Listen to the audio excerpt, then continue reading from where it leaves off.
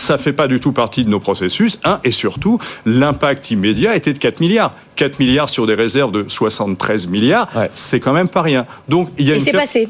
On va voir au mois d'octobre, novembre. Ils n'ont pas voulu négocier, ni les syndicats, ni le patronat. Exactement, ni les uns, ni les autres. Et je crois qu'il y a ce découplage aujourd'hui qui est extrêmement important. Et c'est lui qui permet aux entreprises de se transformer. Parce qu'il ne faudrait pas non plus laisser croire que les entreprises ne peuvent pas se transformer en France à partir du moment où il y a un dialogue social qui n'est pas uniquement un dialogue syndical, mais un dialogue avec l'ensemble des salariés. On voit qu'on arrive à largement transformer les entreprises.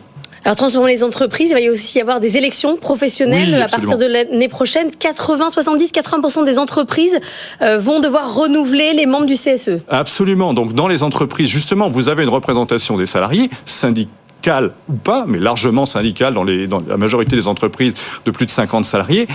Et pour la première fois, finalement, dans l'histoire, pratiquement toutes ces entreprises vont devoir réélire. Les salariés vont devoir réélire leurs représentants. Et vous savez très bien que, quelle que soit la nature d'une campagne préélectorale ou électorale, elle pousse toujours à la revendication. Elle pousse toujours à aller chercher un peu les extrêmes. Et donc ça va être aussi un sujet qui est extrêmement important. Pour 2023.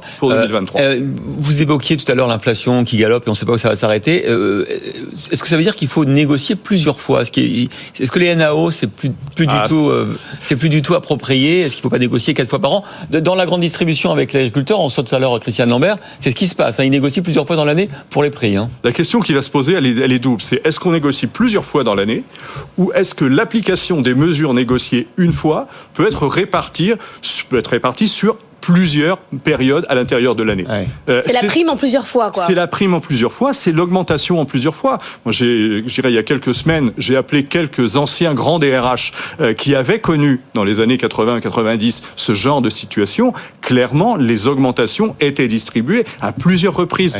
Pour éviter justement de rouvrir à chaque fois les négociations. Exactement, pour éviter de rouvrir. Et on voit bien qu'il va falloir trouver un certain nombre de nouvelles modalités et de négociation et de mise en place des mesures qui va être important. Et il y a un point pour le moment qu'on n'a pas encore non plus beaucoup souligné, c'est dans le cadre de ces négociations, le gouvernement apporte à travers le paquet inflation, apporte pas mal de choses sur mobilité professionnelle, sur mon trajet quotidien, l'arbitrage entre le travail à la maison et le travail au bureau.